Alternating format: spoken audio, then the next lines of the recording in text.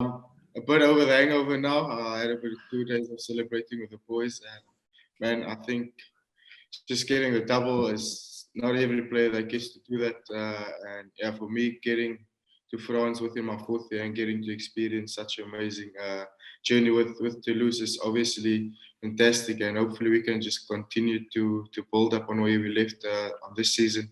I think we definitely a special group of players, but yeah, I didn't get to celebrate as much as I would love to with the boys. I think they're still going. Yeah, probably. What was it like to play La Rochelle twice? Because I thought that must be a bit weird. You play them in the European final, and then a few weeks later have to play them in the top 14 final. Yes, I think, yeah, obviously La Rochelle's a phenomenal team, a team with a lot of good players, and I think they're just a physical bunch of boys. But I must say the preparation and that was quite intense. Like we had early mornings, we had to come in where you wouldn't normally have that meetings for both finals. I think, yeah, the boys were just happy to put in that 1%ers that obviously helped us win the Rugby Championship, and then also topping it off with the top 14. So I think, yeah, preparing for them was a lot of hard work because of the good quality players they have, and for us to make sure that we go into both those finals well prepared and hopefully come away with the wins as we did. So yeah, it was definitely amazing. I wouldn't mind doing that hard work as long as the results pay off as well. Well, they don't always pay off, but any stories from the celebrations for us, or are you keeping that under? Yeah, you have to give us something now. I know I saw you guys all, you had a beach party or something? That looked pretty cool. Yeah, I think one thing the boys looked forward to this time of the top 14 was everybody getting those snow glasses to celebrate with champagne. I think that was a bit of fun, but I think also a bit weird because you didn't want to get ahead of yourself, obviously, because what happens if you lose, the whole vibe will just be completely different.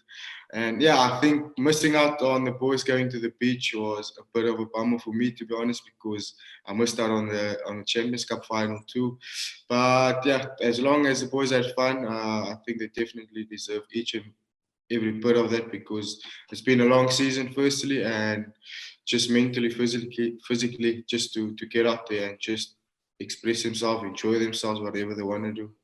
Now, in that game, you scored one of the most insane drop goals in the history of rugby, and on what a stage to do it. So can you please take us through your memories of how that all unfolded? I'm so jealous of this, by the way, Cheslin. I promised myself before I retire from the game, I want to score a drop goal. Mate, how dare you do it in a top 14 final from 50 meters? It was the slickest thing I have ever seen. You just seemed so composed. It was just so cool. No, I think the whole build up through the week was just getting points on the board and wherever that's from. And yeah, I've been doing some drops with Roman, Antoine, and Thomas Ramos. Those are the main kickers in the team. And I just obviously just joined up with him, had fun. We had little competitions where we would say if you get 3 kicks, if you miss all 3 of them, whoever does the worst has to either get breakfast or get something. So we just had a bit of competition and just fun at the same time. And I told him that yeah, I'll try and get a drop kick hopefully in the final. And man, to be honest, in the moment, like I never thought of it. I just stood back in the pocket because I just wanted to keep La Rochelle putting in the half and make sure that we keep them under the pump. And whether I get the drop kick, if I get it over, it will obviously be a bonus. And I just kicked the ball. But the moment I struck it, I could just feel on my foot, like it was so soft and smooth. And I just looked up and was like continuously going towards the post. And literally the last probably few meters, it just swerved in. And I just felt so delighted and couldn't wait for after the match if we won and just tell them that I told you I would do this. Were any of the lads laughing?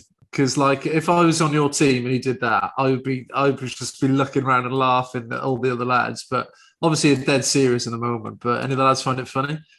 I think they were all surprised because there's one photo where I kicked it, a few other boys up in front of me and just looking at me.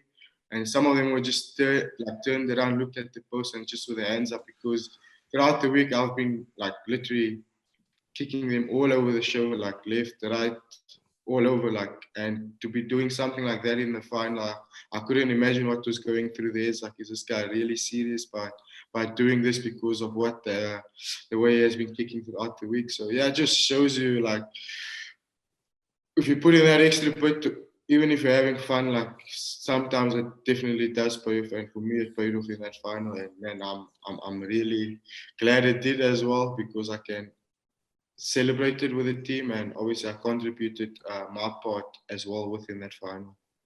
Yeah, awesome. Is Rassi going to let you do drop goals, mate? Yes, I'm not too sure about that. I definitely checked with him, and yeah, but it's fine for me. Don't ask the question. Don't ask the question. Oh God. Well, now tell me, you've managed to play alongside some of the most gifted players in rugby. So I'd like to know, can you give us an insight as to where Dupont stands on that list? He's definitely right up there. One of the most talented players I've played with. I think he can do whatever you ask of him. Like, one thing that's funny, like, whenever people ask me about him, is like, the first thing I'll say, like, if you have to look at his preparation throughout the week, he's not a player that loves gymming. And on the field, he's just naturally, like, strong and gifted. And the only thing he does is he just does score. And I always tell, like, some of the guys, just watch this guy. All he does is just does score, or he does a bit of rehab. But once he gets onto the field, like, he bumps off, like, forward, like, front row players, backline players, just makes him, like, it makes it look so easy. So he's definitely one of the gifted players. I haven't seen or played with someone as talented as him, and down to earth as well. I think we're quite lucky to have a player like him in Toulouse, where he can obviously showcase his talent and obviously help us as a team keep going forward. And do you think now, in your opinion, is he the greatest scrum half in the world, or is there someone else that you would kind of give that title to? Yes, you got a guy like Aaron Smith that's been unbelievable over the years and still in great form. With guys like Faf de Klerk as well that I've played with, obviously at the Springbok, which is a phenomenal player too. But if you have to look at it currently, I would definitely go with Antoine. The way he's performed with the French team, whenever he's got back to the club, he's always had phenomenal moments within the game, making something out of nothing, and obviously scoring those great support running line tries. And yeah, I think at the moment I'll definitely go with Antoine. He totally deserves it. And yeah, I think guys like Faf and Aaron could also be up there too. Cheslin, do you think now, has playing in Europe changed or improved your game? I would say a bit of both. To be honest, at the Stormers, I had a lot of fun, but also had a lot of critics at the same time. But moving up to France, I could just be myself.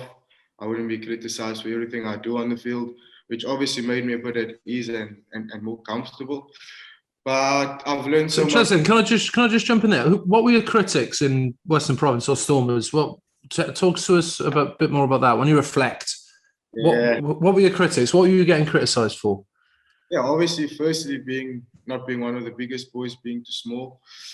So whenever I would miss a tackle, or I would do something, or have like just a general mistake, or on a high ball or miss ball, like I would just be criticised each and every weekend on that by people telling me, or media just going on the wagon by saying, "I told you so." He wouldn't make it because he's not big enough. He's not strong enough to perform at this level. And that was like the challenge I had to fight each and every weekend, basically. But to be honest, it made me stronger. It made me a better person and a better player.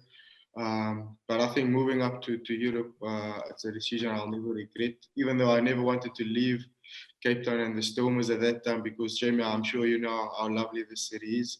But getting to France with Toulouse, man, I just felt so welcome since myself and my family arrived there. Like, everybody made it so easy. The coaches just wanted the best for me and just told me, listen, go out, enjoy yourself, and let's see what you can do. And man, that's what I want. That's what I strive for, just to be myself, have the freedom to do what I want to do. And man, yeah, I've definitely adapted quite well and enjoying my rugby and my lifestyle in France, to be honest with you guys. That's awesome that you've defied the critics, not just in Toulouse, but then with the box as well. And so you'd have media on your back in Cape Town, whatever. You know, rugby's a game for all shapes and sizes. We've seen that. I played a long time with Shane Williams, and he had the same critics early in his career, and he defied them by being, one of the greatest players that's ever played the game, no doubt. But what I love is that then you've gone and won a Rugby World Cup with the box, doing what you do. That must have felt pretty sweet, man. No, 100%. I think I spoke to Shane Williams a few times as well, just regarding like the fighting of like small players and all the critics that comes with it. I think this game is definitely shaped for all players. It just depends on what your special talent is and what you can contribute to the team. Because once you can contribute, teams will definitely love you and obviously allow you to be yourself. So which is more important for us as small players? Like, you just want to be yourself and not focus on the negativity.